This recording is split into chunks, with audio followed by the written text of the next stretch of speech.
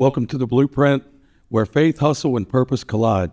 I'm Chris Thomas, and we've got Sayvon Hoard here today. He's a photographer and a media guy who's turning vision into reality, one shot at a time.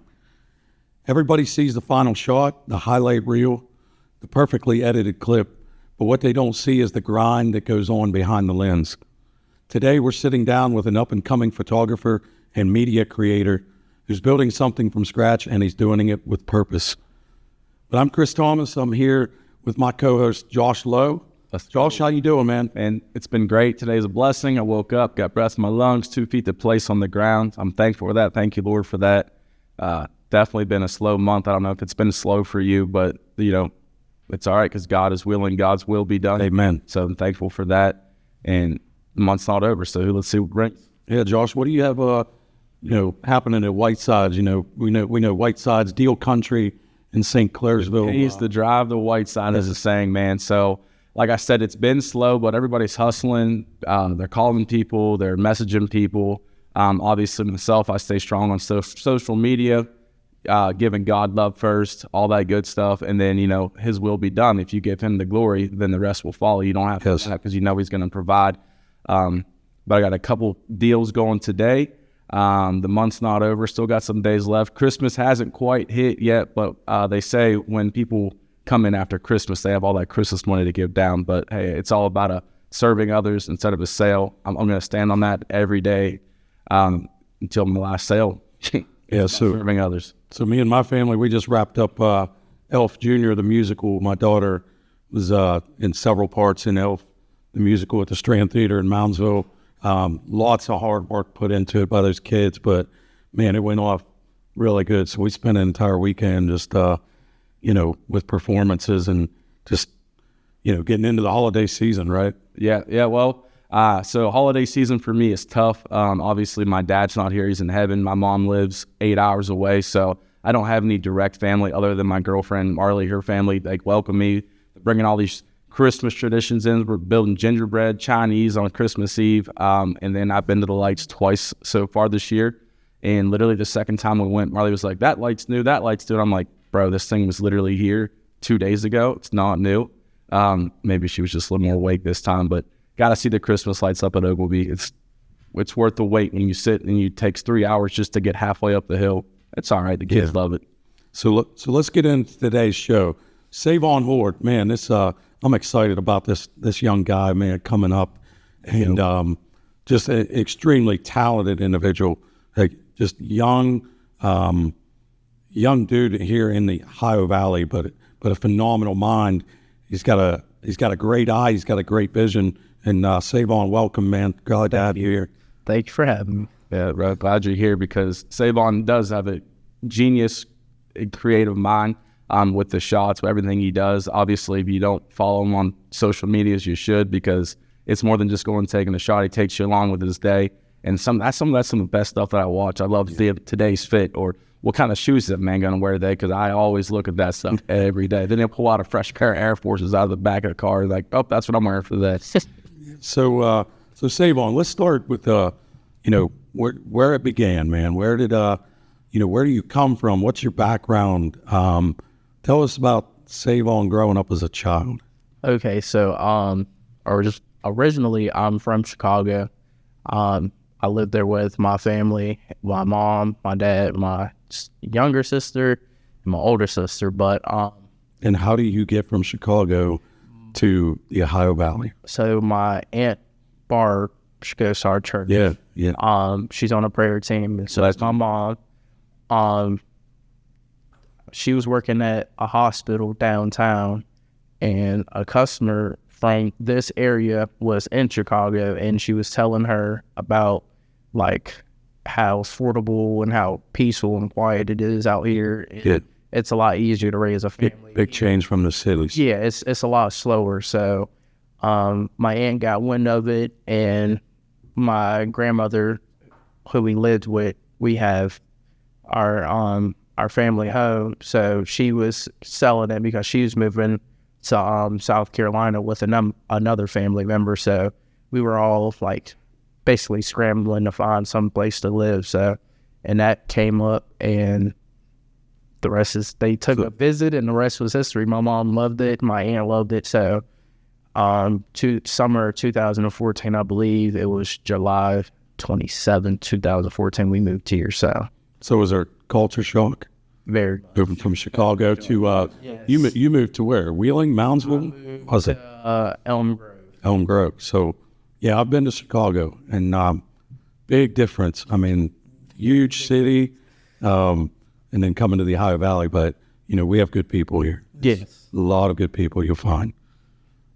So, tell me, how did you first pick up a camera? Because that's where you're at now in this season of really coming into your own of, photography, media, videography, drone works. But where did it start? So from a young age, my stepdad, Chris, he was like very tech savvy. Like all he talked about was technology. So with me being so close to him, he's been around since I was 2. So he's like all I've known as a father. So him showing me all that stuff, my mind instantly gravitated towards it. So like he'd always have the newest phone. He'd always get me a new phone. He'd like get me in the shoes. He'd get me in the like crazy headphones, like skull candy headphones. Like, so he was a positive influence on you all the time. Influence on me. So that, like me being around so much technology, I kind of just caught wind of it. And he was like, you should try it out. And I used to go around with like my iPhone 4 and just taking random pictures everywhere. And I had like the old clicker ones that you had to like scroll and then take a picture of. I always had those. So I've always grown up having a camera in my hand. So it just naturally progressed from like the iPhone to the Snap, like smaller cameras. And then I got my first camera. And so you ever work with 35 millimeter like film? I didn't know if you were too young for that. I knew what it was, but Chris doesn't know what it's like to have an iPhone. He has an Android. Yes. Yes. But he's still lacking. The thing is, I like always tell people, they're like, how do I get into photography? I'm like, this is all you need to get started. I'm like, there's attachments, there's all kinds of things. You don't need to go out and buy a $2,000 camera to get started.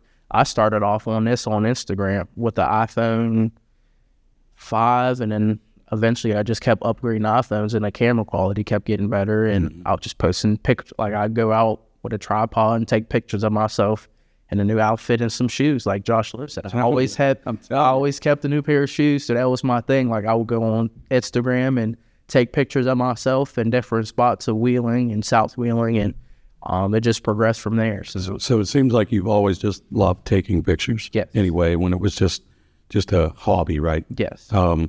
So what made you realize that this wasn't just a hobby, that you could actually make a career now out of this? Actually, my youth pastor,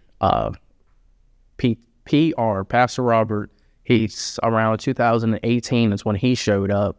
And ever since, like when he first got there, I thought he was like this weird dude from Oklahoma. Yeah. And then we sat he kind of puts that off. Yeah.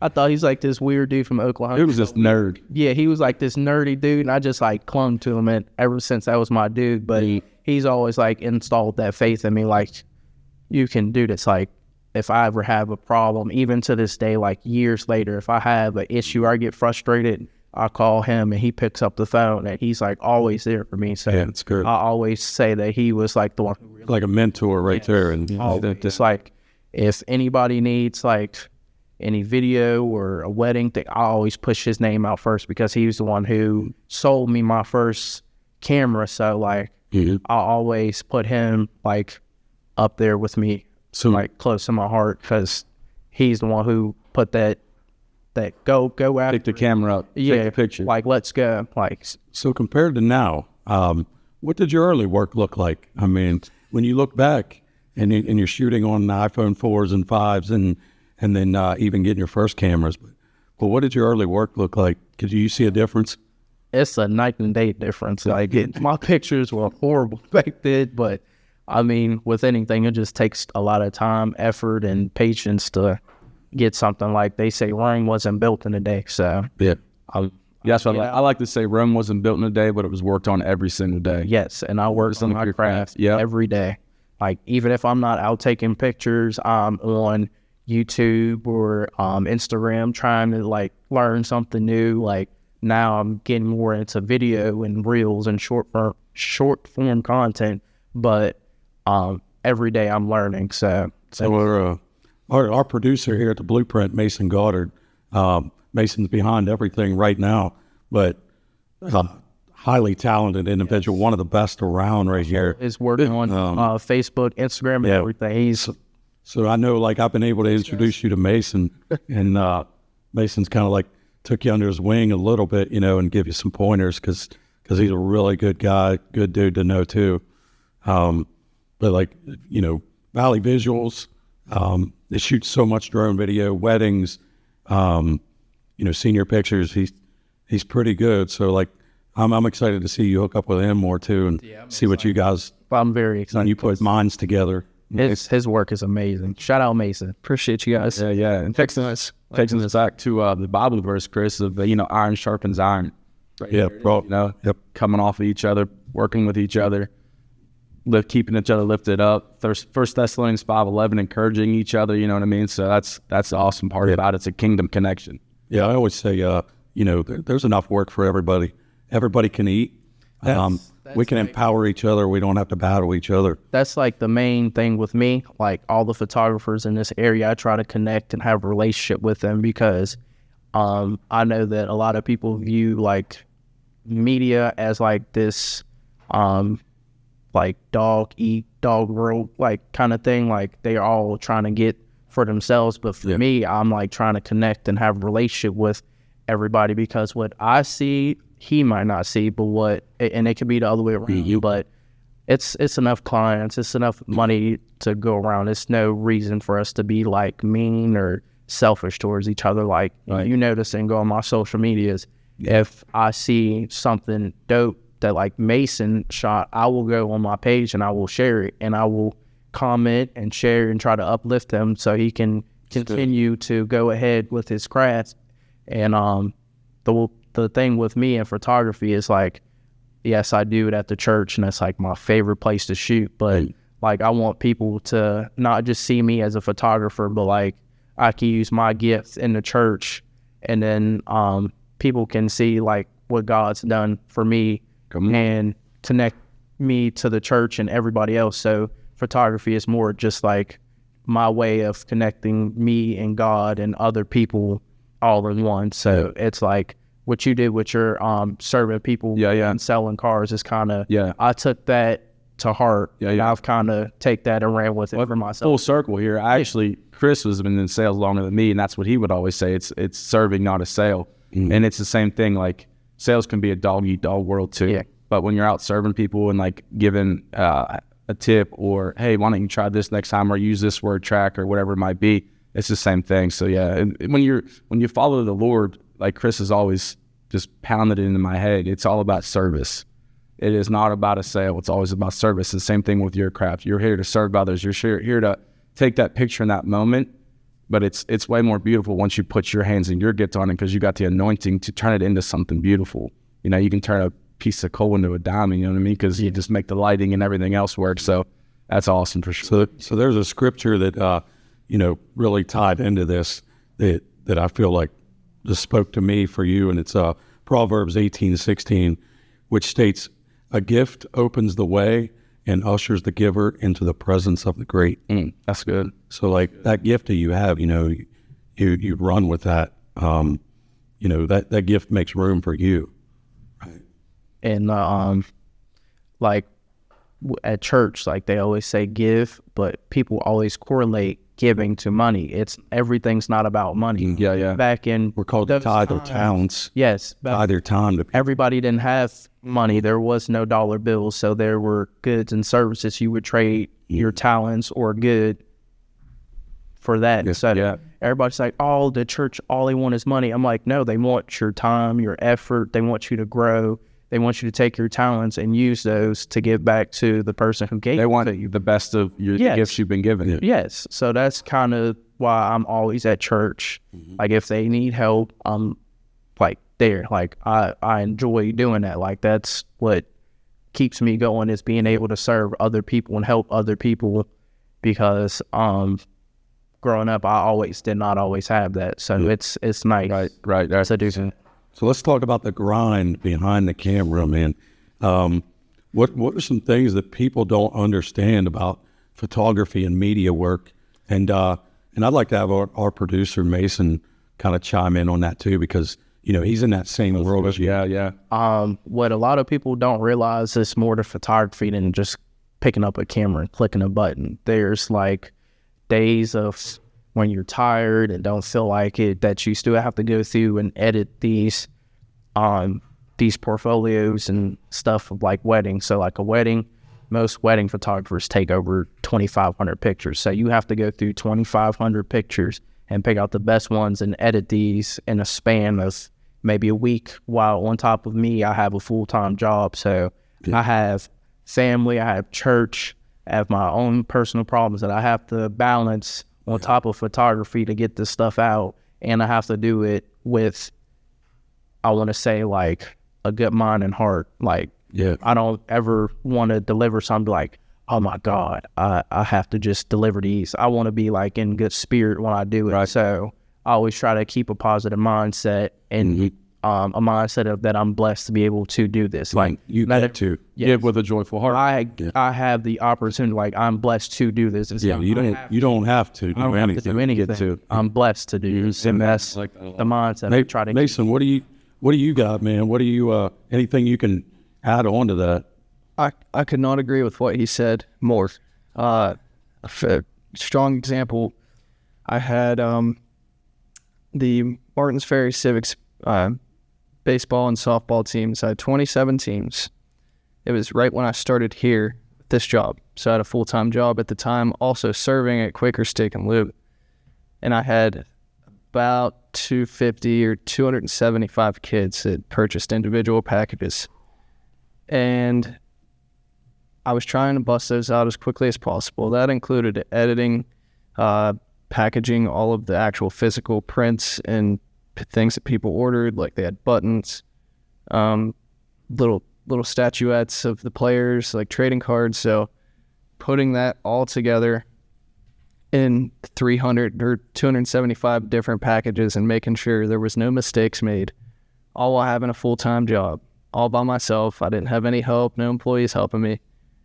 People don't understand that part of it, and he hit the nail right on the head. Like, so I wish people could just see behind the scenes a little bit, so they might have a little more graciousness with us when we have a little bit. Shoot, well, that's giving me a headache just hearing about that. So it's just like I said, it's more than just clicking a button. It can be hectic at times, but I love it. So the long nights, the unpaid gigs, are they worth it? Yes, sometimes. Yeah, you got that out there. Sometimes it is. I don't do as much, but like I'm more of like, if I can help you out, I will help you out. Like, I know like pictures aren't always affordable, so like I try to keep it within most people's budget. Like I don't want to whack people over the head for family photos and stuff. I mean, yes, it's a way that I make money, but I mean, it's more or less, I want people to see like, oh, why he's so happy and so blessed and doing so well. It's because he goes to church and he does those things. It's like you're glorifying God. Yeah. I always put that first. So I feel like if I can bless somebody else, it'll all come full circle. And sometimes if I don't get blessed, I'll be okay. You're blessed because you know what you did, and you got that. You can sleep at night. Okay, I did this. I went out of my way to help this family, make this affordable for them. Whatever the affordability might be, it might just be all right. Well, here's these free shots because the blessing of the Lord is on it. So that's important. I think. And sometimes we don't see the blessing right now. We don't live in that instant gratification world of, we got to see the fruits of our labor right now. Like when we're working with a cheerful heart, that the blessing is coming down the line, and it might even be in the form of something you don't get. It might be the blessing. Oh, it could be like just a thank you. Yeah. You know what I mean? That thank you might just be all the blessing you need. Or just people smiling. Yeah, see them from these are great shots. That's all I need most of the time. Next thing you know, they're sharing it and somebody else picks it up and you're like, all right, well, there it is. Yeah, full circle. It's back on. So back to your business. What's the biggest mistake you made early on in photography, and then what did that teach you? And I'm gonna let Mason answer that one too, because you guys both ate in. So my biggest mistake was I quit. I sold all my camera stuff and just gave up. I think that was 2023. I just gave up. I was like, I wasn't good enough. I let the enemy get in my head. Yeah, world talk to you. Yeah, I just let it get in my head, and I sold everything. I was like, I'm done with it. So that was probably my biggest mistake. Mm-hmm. And then I made a couple irresponsible purchases. So that was part of my two biggest mistakes, was quitting and not managing my money as good as I should have. So and we're called to be good stewards of our money, and I mean, I'm guilty. I mean, there's times I bought this tea this morning. Probably could have did something better with that money, but yeah, shoot, I'm 33, and I'm with all the stupid responsible things I paid for in my 20s. Lord, get back to me. What about you, Mason? What's the biggest mistake you made early on, and what did that teach you? I still make little mistakes here and there that you just learn from and pick up along the way. But transparently, I feel like one of my biggest mistakes and regrets early on, not so much now, but comparison to others, like you were talking about. that's That dog eat dog mindset from sports. Like, I just want to be the best at what I do, and I don't want anybody to be better than me. But as I've seen, like, you introducing Sayvon into my life, and my best friend, Justin, he does the same thing that I do. A lot of weddings and sports occasionally. Comparison is definitely the thief of joy. If I'm not appreciating what God's done for me and what I've been able to do, and like, he can be a blessing down the road in my life. Already seems like we've got a good relationship building here. I've seen that it's not always a competition out there. Like, things can really develop. Like, there might be a shoot one day that I'm not able to make, and I say, hey man, can you go pick this up for me? Like, because there's a lot of people out there that do photography, but then again, there's only so many actual professionals in the space. You got to be able to trust like somebody to deliver on your vision, and that's always a hard thing to do. That's when I shoot for my best friend, like, sometimes I'm thinking, did I deliver on what he was seeing? Because everybody sees something different. So just having people that are professional and actually in the space can always lead to helping you out somewhere down the road. And like he said, I'm always trying to give people a helping hand along the way. But if you would have brought Sayvon in a few years ago, I'd have been like, man, why is he bringing in another photographer? Yeah. What? So I mean, you have a good point there that you made. Back there. Working together, because it's a big thing for me. Day one was really as I grew and as a real estate professional, and blessed with being a top producing agent, now the number one agent in the Wheeling board. But it's always been about, like, who can I bring up with me? It was some agents that are still newer. I'm still trying to give them listings, give them showings, let them learn the ropes, but also where I'm blessed to be up here, like, I want them to be up here with me. It's not about me, it's about, we have strength in numbers up here. So if I can bring them up and empower them and get them there, create their confidence even more, then it just makes us all better anyway. I just want to say I'm a perfect example of that. You helped me get on my first deal that we just closed on. It took a couple months. Yeah, it was a tough one. But Chris is exactly right when he's talking about bringing others up with him. I'm very new in the real estate space, and Chris put out a helping hand for me to get started, and we just closed on that, and I couldn't appreciate that more. But if I try to do everything, I find that then everybody suffers. Right. I suffer, my family suffers, my clients suffer. If I'm trying to do too much, I'm burning out. So yeah, you're not showing the good fruits. Yeah. And I gotta say, like, are you even truly a good leader if you're not helping raise somebody up to eventually fill your shoes one day? So there's a quote that I've always loved. It says, "Leaders only exist to create other leaders." Shoot, man. I mean, come on. I had no idea that they had this. Yeah. But like what he was saying, like one of my coworkers, her boyfriend, he recently got into photography and he recently started coming back to church. So I connected with him just randomly. I didn't even know that they were together. So this is how crazy everything works out. So I started working with her where I work at, and I was just at church on a Sunday, and I seen the dude just talking to Everett. Yeah. I walk up, I connect, I follow him on Facebook, I shout him out, I get his number, we start talking, and we eventually hung out. I took him with me to do a shoot, and I went to work on Tuesday, and she was like, you hung out and connected with my boyfriend, right? I was like, what? Who's that? It's like, who? Yeah. She's like, Manny. I was like, that's your boyfriend that you've been talking about for all these months? It's like, yeah. I was like, oh, okay. She's like, yeah, he recently got into photography. So as of late, that's who I've been kind of like, I wouldn't say mentoring, but I've been helping him out because he's new to it. So like, if he needs something, I told him to call me. I said, I don't care what hour it is, just call me. And he calls me, and he's helped me out too. Like, I've been in a bind, like my flash broke for the Jingle pop-up bar, and he helped me out by letting me use his flash, and if he needs something, I give it to him. So it's kind of like, like that's like my brother now. So like, We have church in here today. Come on. Yeah, I mean, I go and, I shoot community spotlights for like small businesses around, because the way I look at it as it's free publicity for them. I don't charge them to do that, but I'm blessed with having a platform with a face and a name that is up here somewhere, wherever somebody else sees me. But if I can go in and I can plug your business, or I can go see Josh Whiteside's, I've been with baby.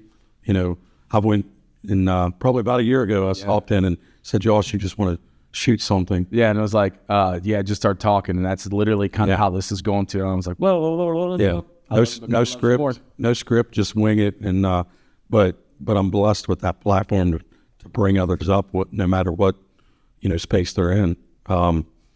So some more questions we have here, though, like social media, right? Is a big thing.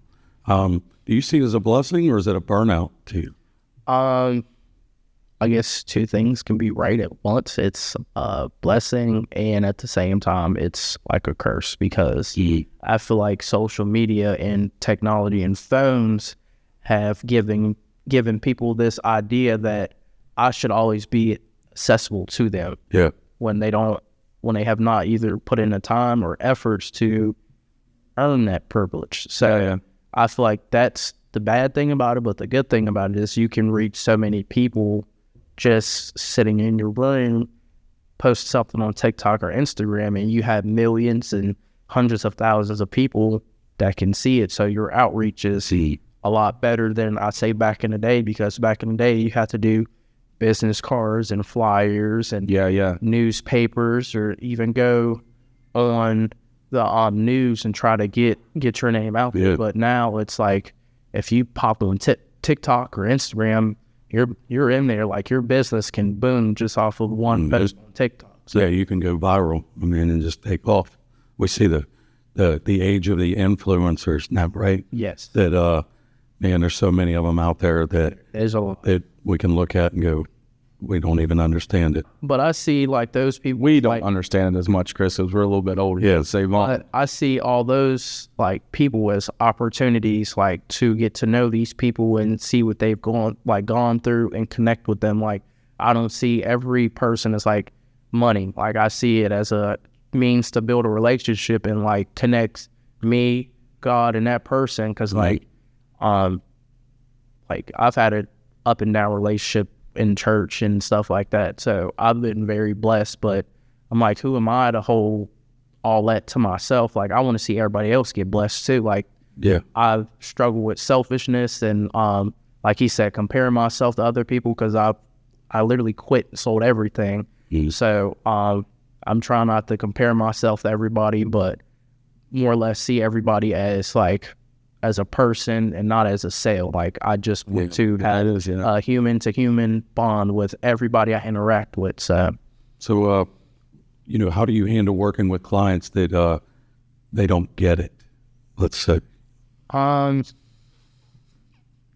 is a great question. I try to be as patient as possible because I struggle a lot with patience.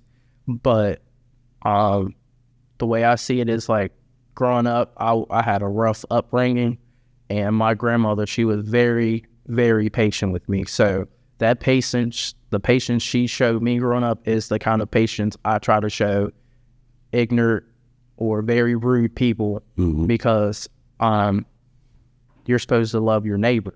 Yeah. That's in the Bible. So if I'm being ignorant, I'm not showing other people the right way to do things. Right. And that brings a bad image upon myself, but God too. So I have to always remember to keep that level head that he kept, even while being beaten, whipped, and carrying a cross. He kept a level head. Yeah. Even on the cross, he said, forgive them. So that's kind of where I keep my head at when I'm frustrated. It's just always trying to keep it there because he showed us grace even when he was dying. So yeah. So you speak powerful stuff there, though. Yeah, you speak about God and you speak about your faith often here, and that's huge. That's what I owe everything to. Every single thing that I get to do every day is glorifying God, and I often say, I give glory to God, but He gives me victory because the glory's His, the victory's mine. But do you recall there was a winter retreat one time about 2 years ago? Yes. Called Forged, which is actually coming up in about another month or so. But I remember, they had men. It was kind of like teaming up, praying over each other, and I looked to my right, and there you stood, this young kid, man, with tears rolling down his face. I didn't even know you. I mean, I know you didn't know me, and I didn't know you, but I saw you. People were pairing up, and they were praying in circles with, 3 or 4, and I saw you just tears running down your face, man. I remember wrapping my arms around you, holding you like you were my kid, yes. And praying over you, and look where we are now, right? We're sitting here, yes. And we're working for something bigger. Yes. It was powerful. I had no idea who he was, and he was there for me. So it was a powerful moment, man, and we don't know what it's going to lead to from this too, So, what keeps you grounded when your momentum slows? That's a great question too. So, the way I am, I'm very driven for my goals. So even when I don't have a lot of clients, I'm like, okay, it might be slow. So this is a time that I can shift my focus to either, my business side or working on my interactions with customers or going out and practicing. So I always just try to have my mind set on a goal at all times because that's just how my mind works. You don't lose focus on the goal. Yeah. You work a 40-hour-a-week job, plus you do photography, or how many hours that is, I don't even know. So I listen to this stuff, I'm like, there's only 24 hours a day. I don't even know how you guys do this. A lot of my friends ask me, they're like, do you ever sleep? And the answer is, I get that. I get that question. People text me at 4 a.m., I'm up, I'm answering. Or you could text me at 8 a.m., I'm up. You could text me at 12 in the afternoon, 4, 8, I'm always up. So I'm just always grinding. I mean, I take my time to myself. I have a good balance for myself, my family, photography. So I just try to take my time and balance everything out so I don't get so overwhelmed by one thing. Like when I go to work, I leave work problems at work. And when I'm leaving to come home, I leave those work problems at work and I deal with my problems, my home problems at home. So it's just finding a space and a time to be in the right mindset in every situation I'm in. So do you see your work as purpose or platform? Purpose. Yeah, absolutely. He's building his purpose, not a picture. Yeah. I mean, you have a purpose that you use that platform. It's a complies. I'm not the most spoken person. Like I stutter. Like I show people on social media. You've been talking just good here, though. I know, but on like in front of the camera, I stutter. I mess up.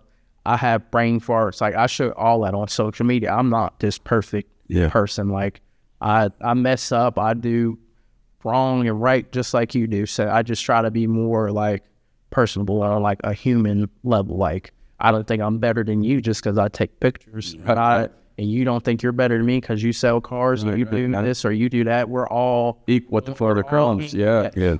So rapid fire questions, man, through the lens. Okay, that's what we're calling this. So, camera or phone? Camera. Paid shoot or passion project? Passion.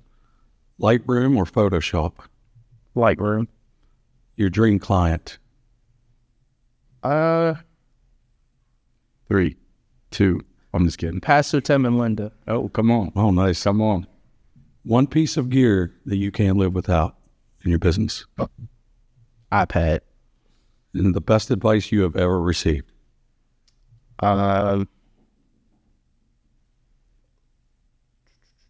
Treat everybody the way you want to be treated. Yeah, the golden rule, right? That's right. So looking ahead, where do you want your brand to be in 3 to 5 years? I definitely want to have like my own dedicated like photography space, like all to myself. I'm bringing up one here soon, but I want to have like my own like studio that I can call my home. Like I want that. And I just want a place where people could come in and be confident and have a good time. Like not just come to take pictures, but like have an experience is more or less what I'm trying to get people to come in when they book with me, is have a good experience. So what impact do you want your work to have?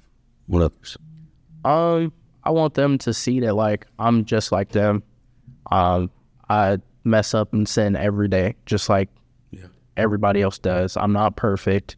Like I said, I stutter, I mess up, I miss shots, I mess up edits. I'm just a normal person, just like everybody else. Like I'm no better than the next man. Like I mean, you talk about stuttering, but I mean, I can think of like a famous stutterer in the Bible too, right? Yeah, dude, I stutter all the time too. So I'm like listening to you, and I'll like mush all my words together. me too. I'm like, blah, blah, blah, blah. And they're like, what did you just say? You just sound like you was from like Louisiana or something. I'm like, all right, let me try to slow this down real quick because I have no idea what I even just said. Yes, I have that problem too. Like even with my girlfriend, she like, sometimes I have like this issue because I talk to myself a lot. Like when I'm facing a problem or I'm getting upset, I talk to myself in my head. I'm like, we're just calm down. We'll get through this. And like, we'll have a conversation and I'm in a car with her or my mom and they'll say something to me and they'll look at me. I'm like, yeah. They're like, are you going to respond? I'm like, I did respond. And like, no, you didn't. Yeah. It's me talking to myself in my head. So I'm like, that's something else. Yeah, I've caught myself with Marley. We're driving down the road and she'll say, what'd you just say? I was like, oh, did I just say that out loud? Because I definitely meant to keep that one to myself. Yes. Even though it wasn't a bad thing. But she's like, what did you just say? I was like, I don't even know now. So Feel bad, dude. For someone that's listening today and they want to start tomorrow in photography and in videography, anything, what do you think they should do first? What's one piece of advice you give? First, I would say sit down and have like a you to you moment. If like find out like who you are as a person and like a goal that you want to have. Like if it's, do you want to like do just weddings, or if you want to do like street photography or real estate, that helps alleviate a lot of stress from outside people trying to give you advice. So, and then another thing is I don't take advice from people who don't either have the same goals or morals as me. That's good. Yeah. So like if you aren't, I'm not saying that to be arrogant, but like if you aren't aligned with my faith and the way I see things, I'm not going to take advice. It's like be respectful enough to listen to yes, the person, but you don't have to receive what they're saying. Yes, because what they might be pouring in, like telling me, might be destructive. So a lot of times if somebody gives me advice, I'll listen just out of respect, because Right. I'm not above anybody, but at the same time, I'm going to listen and take what you said, and I'm going to go pray about it. And then if my spirit don't sit right, I just don't take the advice. I got a rapid fire question. I just thought of it. Facebook, TikTok, or Instagram, best one? For me, it's between TikTok and Instagram. But if you had to pick, number one. All right, TikTok. There it is. TikTok. I don't even have TikTok. So the $1 million question: what is the blueprint? What is the blueprint for Sayvon Hoard? What is the blueprint for your success for everything that you are? I want to be the person that I did not have growing up. That's what I wake up and strive for every day, is to have that person that'll sit and listen to you when you're having good and bad moments. Like when you're having a bad moment, yes, I'm there. I listen to you. I give the advice if you ask for it. And in your good moments, I'm there rooting for you too. So like me growing up, I didn't have that growing up. So I strive to be that, because I have a niece, I have a younger sibling, sister, and I have 2 younger cousins who all watch what I do. So I always keep them in mind too with everything I do, is because I have people watching me. Yeah. I'm aligned with the church, so it's an image that you must maintain. So I don't do a lot of the things that people my age do, like going out and drinking. I don't drink, I don't smoke, I don't go out to bars and do all the stuff like that. And there's shoots that I don't do. Like I don't do lingerie and stuff with strip clubs and all. That's just not me. And it don't make me feel good doing that, because... But I think it's important that everyone needs to know that there's always somebody watching you, whether they're watching you to tear you down or they're watching you because they're looking up to you. There's somebody is always watching everybody. My mom, that was the one thing that 2 things she installed in me was treat people how you want to be treated, and there's always somebody watching you, like always. Like a couple of years ago, when me and my best friend Cole were in high school, we got invited to a birthday party for one of our friends, and we went down to Morgantown to our friend's house, and her name was, I think it was Lainey, but her grandparents were the overhead people down at Reynolds, and her grandparents were there. And me not knowing is, my aunt, she worked at Reynolds, and they came and told my aunt how well-mannered and stuff and respectful I was down at their house. And that goes to show that there's always somebody watching. So I always keep that story in mind, because if I went down there, acted a fool, my aunt could almost off. So that's good, because I literally, as you were saying that, I was just like, he's busted. And then here you go talking about I was mannered, well-spoken, how he walked, all that good stuff. Yes. Amen to that. So for any listeners out there right now, where can they find you? Where can they follow you at? So on Instagram and Facebook is Shot by Say, and I think my TikTok is Shot by Say too. Just spell that out for everybody though. It's SHOTBYSA3Y. Yeah. And can they book you through any of your social medias? Yes, you just send me a message on Instagram. I'm working on getting my website, and my website should be up within the next month or two. So here in the near future, you'll be able to book me through the website. You'll see my portfolio and stuff like that. You have a studio open up, physical space too. Yes, here soon. I'm getting that opening up in downtown Wheeling. So Come on. But any last words for your listeners here? Yeah, come to the Experience Church for Christmas and the Sunday.